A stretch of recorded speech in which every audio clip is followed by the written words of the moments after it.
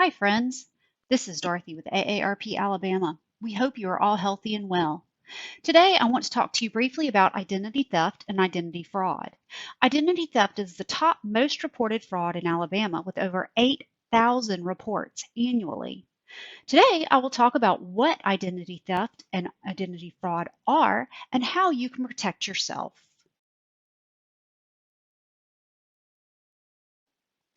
AARP has spoken directly with convicted criminals who explained how they do what they do.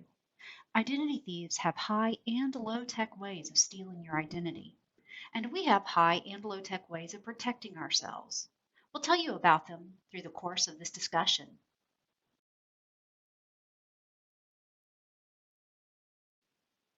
So, what is identity theft? Identity theft is when someone steals your personal information, like your name, social security number, and bank account information. Identity fraud is when someone uses that information to steal your money or commit other crimes. It can include opening credit accounts in your name and racking up thousands of dollars of debt. It can mean a scammer draining your bank accounts or applying for government benefits in your name. Identity thieves may even use your information to file bogus tax returns. All of this can be disastrous for victims. I am sure most of you know someone who has been a victim of identity theft or fraud, and that's not surprising. It is a multi-billion-dollar industry. Americans lost $117 billion to identity fraud in 2017.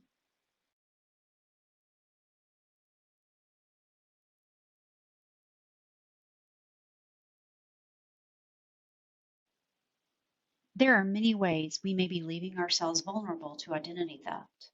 The one big mistake a lot of us make is leaving personal items in our cars. A locked car is no barrier to criminals. Gym parking lots are a common hit for identity thieves, since we tend to leave our stuff in our car when we're in the gym.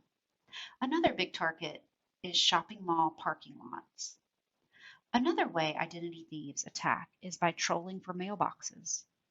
They steal incoming and outgoing mail looking for bank statements, credit card statements, and any other sensitive information.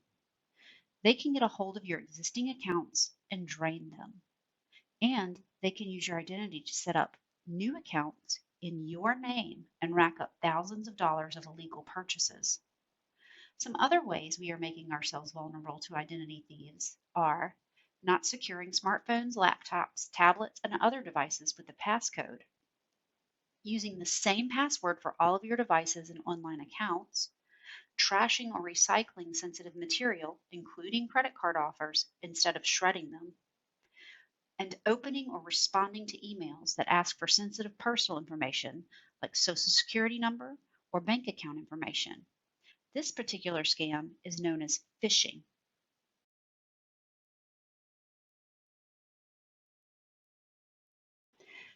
We spoke with one victim of identity fraud who, years after the occurrence, is still paying the price.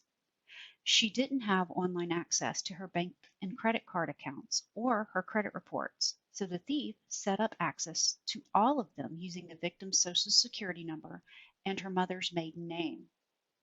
By the time the victim figured out what was going on, it was too late. The victim's credit score dropped dramatically as a result of the fraud, and she still has trouble getting any form of credit. When this particular thief was caught, she had 10 fake IDs in her purse, including the victim we're talking about.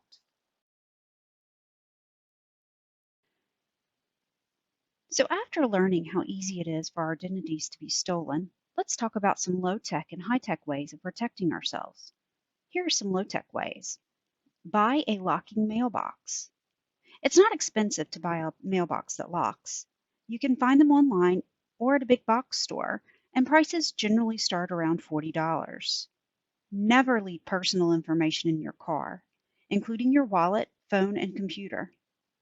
A lot of us may just toss our bills, bank statements, and credit card offers in the trash or the recycling bin.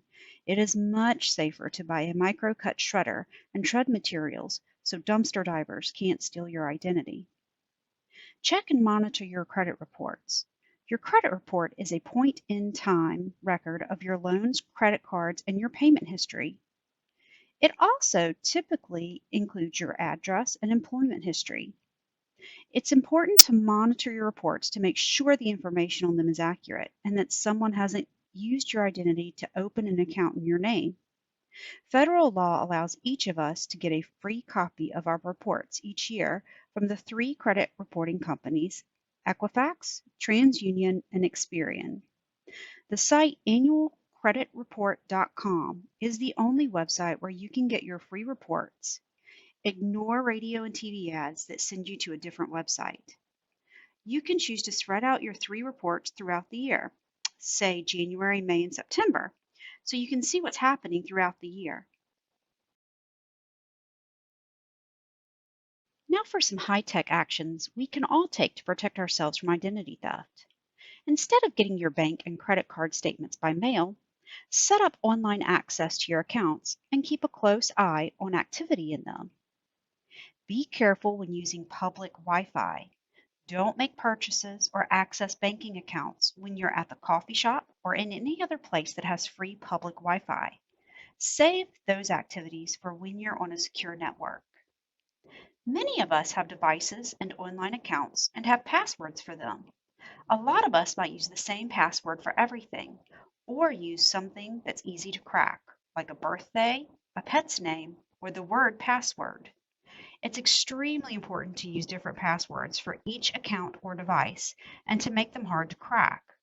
One way to strengthen your account protection is to enable two-factor authentication, where you need your username and password plus a code that the site texts or emails to you to prove it's you. You can also consider using a password manager, which is software that creates and stores passwords for you.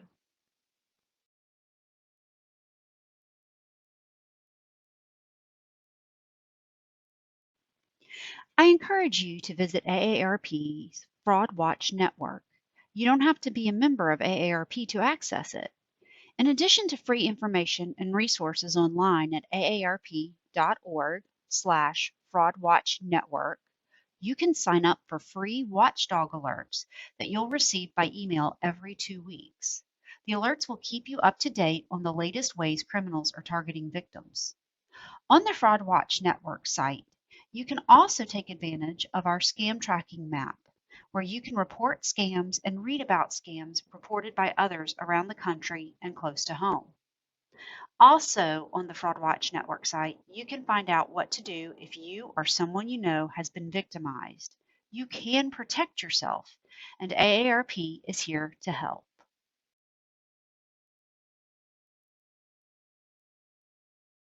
If you're unsure of something or if you've been victimized by a scammer, you can call the Fraud Watch Network helpline at 1-877-908-3360. Staff and volunteers are always there to help. I hope you've learned some good information today about the kinds of scams going on and ways you can protect yourself. I hope you enjoyed this session. Thank you so much for listening in, and I hope you and your family stay healthy and happy.